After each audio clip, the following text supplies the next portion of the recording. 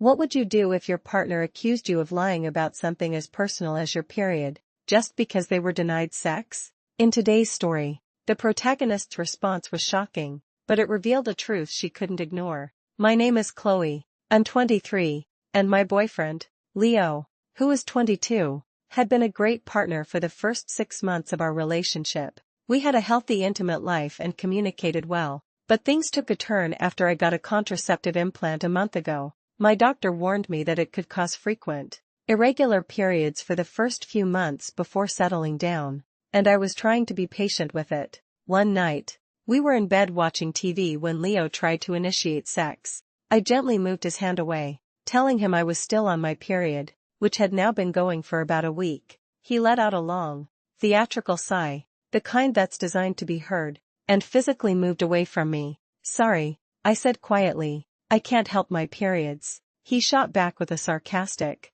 yeah, sure. When I asked what he meant, he just muttered whatever, and we sat in a tense silence. A few minutes later, he dropped the bombshell, if you don't want to have sex, you can just say so. You know, I was stunned. He was basically accusing me of faking my period to avoid him. I calmly explained again what the doctor had told me about the implant's side effects. He wasn't having it. No periods last longer than a week, he declared, his voice full of unearned confidence. He told me he didn't believe me. I admit, I lost my temper and called him an idiot. This moment revealed Leo's greatest fatal flaw, a shocking inability to handle rejection, which he instantly twisted into a baseless accusation of betrayal. He exploded, ranting that I was a liar who must be cheating on him, getting sex somewhere else. I was speechless. Cheating had never even been a topic of conversation in our relationship.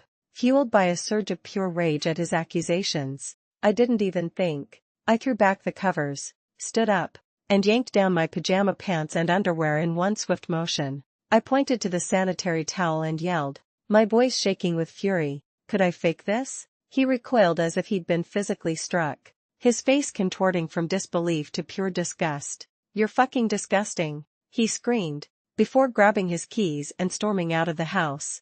I started laughing at the sheer absurdity of it all, which only seemed to make him angrier as he left. He went straight to his parents' house and, a few hours later, I got a text from his sister. She said what I had done was really disgusting and that Leo refused to come back until I apologized. Even my own friend, while agreeing he was an idiot, said my actions were abhorrent.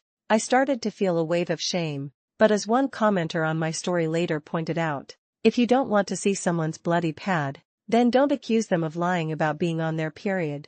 What other proof was I supposed to offer? The final nail in the coffin came from his mother. She sent me a message on Facebook, calling what I did disgusting and abnormal, and stating that she didn't think Leo and I should date anymore. I couldn't believe he had run to his mommy and twisted the story to make me the villain. That was it. The doubt vanished, replaced by cold clarity. His childishness, his baseless accusations, and his family's involvement showed me everything I needed to see. I blocked his mom and sent Leo a simple text, you need to come and pick up your stuff. He never replied, but I later saw he had shared a post on Facebook about women being crazy, and just like that, we were done. This story is a powerful reminder that when someone shows you their true, immature, and manipulative colors, you should believe them the first time. Sometimes the most shocking actions can lead to the most necessary clarity. Have you ever had to do something completely out of character just to prove a point? Let us know in the comments below.